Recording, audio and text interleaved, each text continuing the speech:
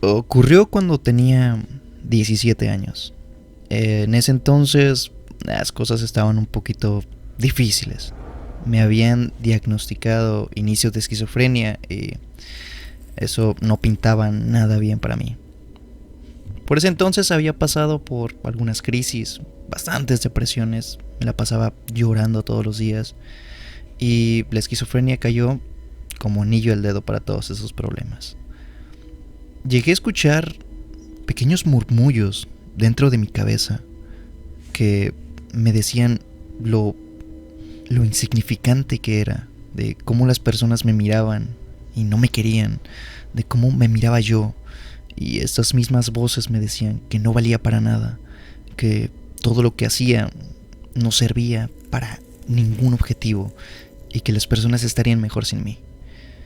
Y claro, esto afectaba muchísimo la forma en la que me veía a mí mismo y pasé por una etapa muy mala.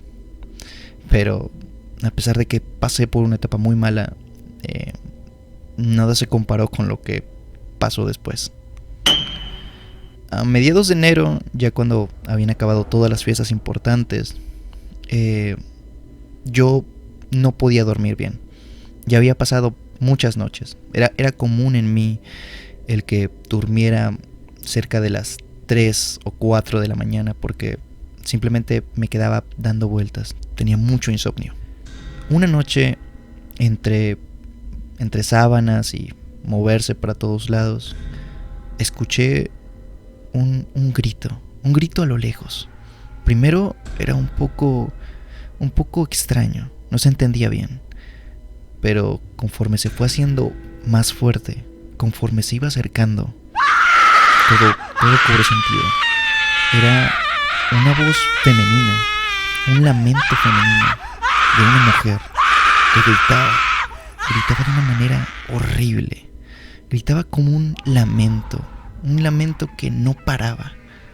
Hablo de que eran gritos que llegaban a durar 30, 40 segundos, interminables para mí.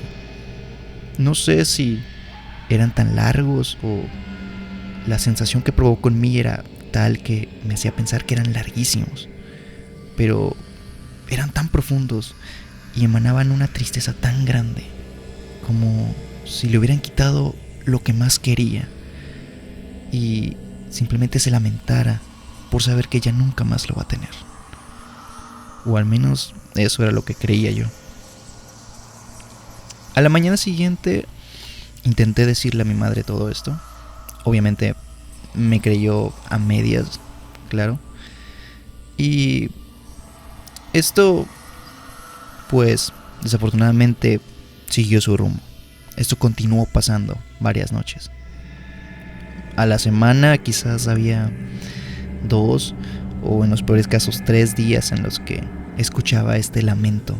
Y la cosa no pintaba bien porque ni mi madre, ni mi hermana, ni a los pocos vecinos a los que les llegué a decir sabían nada acerca de estas voces, acerca de este grito tan horrible que escuchaba casi todas las noches. Mi madre se preocupó mucho por toda esta situación. Veía que cada vez comía menos y me notaba más tenso. Notaba que estaba mal. Si ya estaba mal, estaba aún peor. Entonces, ella me propuso algo. Me dijo, si vuelves a escuchar esos gritos, levántame para yo escucharlos contigo. Entonces, de eso fue lo que hice. Pasaron 3 o 4 días y volví a escuchar los gritos. Desde lo lejos. Apenas empezaban. Entonces, ya no me daba tanto miedo como antes. Ya había aprendido a tolerarlo de cierta manera. Entonces me levanté y fui al cuarto de mi madre a despertarla. Y aquí pasó algo muy extraño, porque estos gritos siempre pasaban con una dirección tal cual. Venían de sur a norte, llegando a un punto medio donde estaban lo más cerca de mi casa. Casi que podría ser que estuviera fuera de mi casa. Y de ahí tomaba de nuevo su rumbo hacia el norte. Pero en esta ocasión, no sé por qué, y no puedo explicarlo, cuando intenté levantar a mi mamá, la voz fue como si hubiera tomado otro rumbo y fue desapareciendo de poco a poco. Entonces, cuando mi mamá despertó, no escuchó nada y me preguntó: ¿estás escuchando tú algo? A lo que pues le contesté extrañado que no, y los dos nos fuimos a dormir. Pero esas palabras que me dijo mi mamá fueron muy, muy malas para mí. Ella no lo supo en ese entonces, pero para mí fue algo horrible, porque empecé a pensar que quizás estos gritos a esta mujer que escuchaba no era producto de algún fantasma o alguien que quisiera hacer una broma, sino quizás era yo, que me estaba quedando loco, que la esquizofrenia me había pegado peor de lo que había pensado y que yo no me estaba dando cuenta de que estaba cayendo al fondo. Y no sé si alguien más ha sentido esto, pero el sentir, el pensar que te estás quedando loco y no puedes hacer nada al respecto porque tú lo sientes muy real, es horrible. Es horrible. Sientes que ya nada de lo que haces, nada de lo que sientes puede ser real. Todo puede ser un producto de tu imaginación. Y a mí eso me aterró. Pasaron los días y escuchaba las voces, pero esa vez las escuchaba con un miedo, porque ya fuera de pensar que quizás era un espectro que me perseguía, empecé a pensar que quizás era yo volviéndome loco y que si llegaba a voltear por la ventana y mirar qué era lo que estaba afuera, no sé qué iba a pasar. Pasaron los días y me harté de la situación. Estaba harto. Ya no me sentía bien conmigo mismo y tenía que darle fin. Entonces, un buen día me quedé hasta en la tarde, hasta muy noche, muy altas horas de la noche, jugando videojuegos en la sala. Estaba en la mesa del comedor con una laptop encendida y la ventana que daba con la calle de mi casa estaba atrás de mí. Entonces, solo era cuestión de mover la silla hacia atrás, girar la cabeza y podía ver la calle de mi casa. Tenía un corredor mi casa en ese entonces de unos 3 metros hasta llegar a lo que empezaba la banqueta. Entonces, en algún momento se volvieron a escuchar los gritos y otra vez empecé a sentirme mal. Pero ya estaba harto. Yo ya no podía con esto. Tenía que saber qué estaba pasando. Tenía que cerrar esto y de una vez sacar una respuesta. Y estaba tan decidido que no iba a detenerme por ningún tipo de miedo. Muchas veces intenté voltear a la ventana y ver qué estaba pasando y no lo lograba. Me acobardaba al final por miedo a pensar que si es un fantasma, ¿qué pasaría después? ¿Cómo lo tomaría? O si este mismo vendría por mí.